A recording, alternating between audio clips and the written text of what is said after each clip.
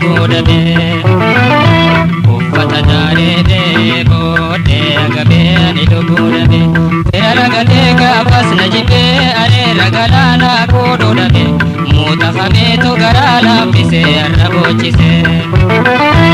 uffata daaree booddee agabee ani lubbuu dhabe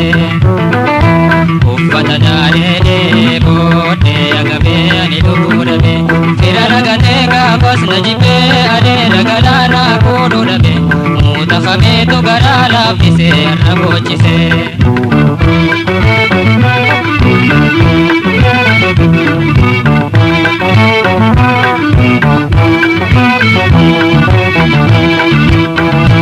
Isinin baana dhagayame yaa warra nyakkisee daranaa booyu imimaan too'ee gajjaafaanii hagaraa keessaan qabne naa iyyuu warra if qolumaan doomsite qalbiidhaa fi surriin dhamayyuu har'aame gadduun firreefete sinittiin himaa tarraatuun gubaala duraanii haftee naasuun firummaa mataa keessanii hojjechuu taachuudha taate malee naan gootuuma.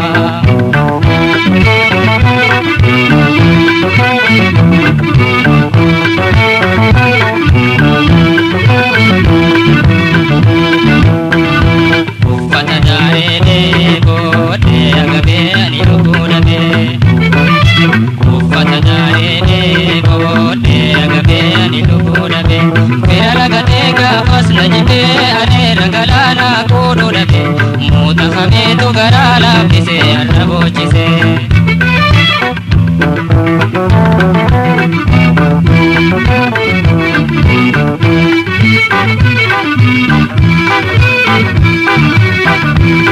Dhukkubaan garaa itilleetti galee jadhabeena lawwatee ciisu guyyaadha silaa gargaarsi keeysan na beeksisuun hin dhabeessi hadhinsu har'a reefka korra iyyuu kaakuun keessa waa humaanaan dhiisu gammadanii baga wala feerratanii nan sababsatina fantaziyyaa tuni waywaata dharaatiin ciisadhan kutina anaa gabuun du'ete gaasanga gangalchuun arrabaa kishnaa.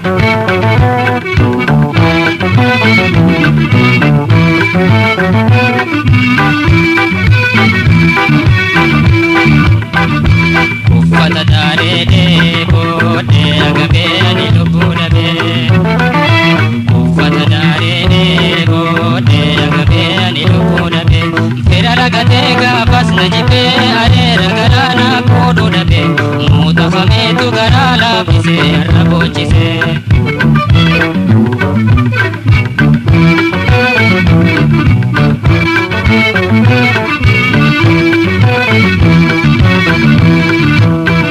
Firaa hiriyoonni dhugaadha yeroo barbaachiftu walii dirmatanii guyyaa rakkinaa walitti haatanii wal bira dhaabbachuu walii dhakkatanii lubbuu walee waduudhaa yoo taate malee reefka awwaaluuf kutaa lafeegan jiruun keetii dhabeetti har'a reefka fooshanii uwwiftanii affaadhaa baaftanii dhiiga nyaachiftanii dhagaallee dhaadhaabdan